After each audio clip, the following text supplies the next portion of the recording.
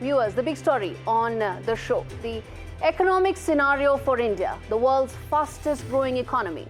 The economic survey table today projects growth in the coming year to be in the range of 6.3 to 6.8%, while inflation remains a concern.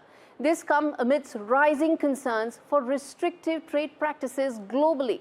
How much could they impact India's growth trajectory? We will find out. But first, listen in to Chief Economic Advisor Dr. V. Anantha Nageshwaran explaining why he feels 6.3 to 6.8% will be India's growth journey in the coming year. The era of globalization, faster and larger movement of trade and goods and services and investments is behind us. And there is a huge presence of a single country, a phenomena that we have not seen in a very long time, at least since World War II.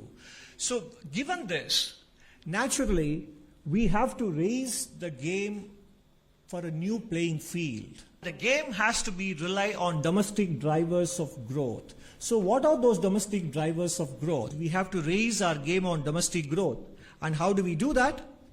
There are 4 dimensions to it. One is deregulation for growth, augmenting internal capacities for growth, the role of the private sector in nation building, and doing energy transition the Indian way. Deregulation is not just about ease of doing business, it is a pathway to employment generation.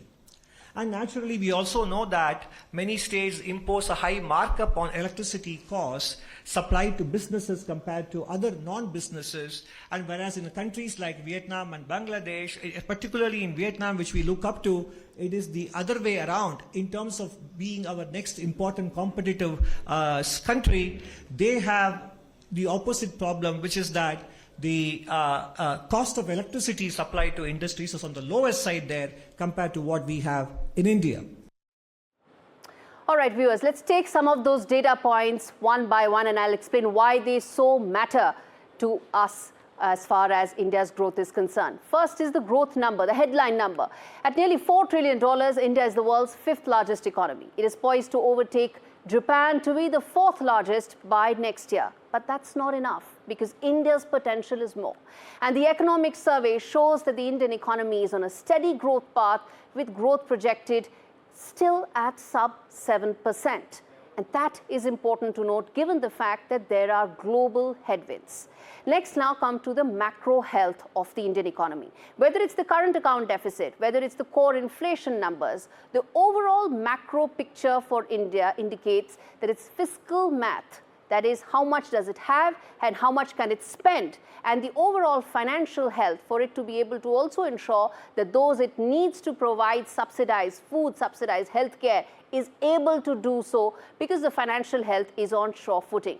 If Donald Trump's administration manages to bring down crude prices, something that President Trump has spoken about, then the move will allow India more room for better fiscal management, given the fact that we import over 85% of our total oil needs. Now let's come to FDI, the one figure that probably more attention needs to be paid to. The foreign direct investment number, remember, has been very important for us. The world has turned more protectionist. There is now a strengthening dollar and there's a weaker rupee, and that impacts us because it impacts the investments that investors make into India. In the last decade, this FDI has been the cornerstone of India's economic strategy. It's been an important source of capital. It's almost been a catalyst for building capacity in India, for job creation. FDI inflows, in fact, topped $81 billion in FY21 because India was the most attractive investment destination. It still remains so, but FDI inflows have fallen. In fact, they've actually fallen significantly in the last 1 year.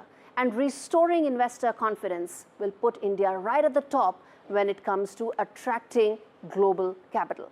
And viewers, on India Ascent, the focus is very clear.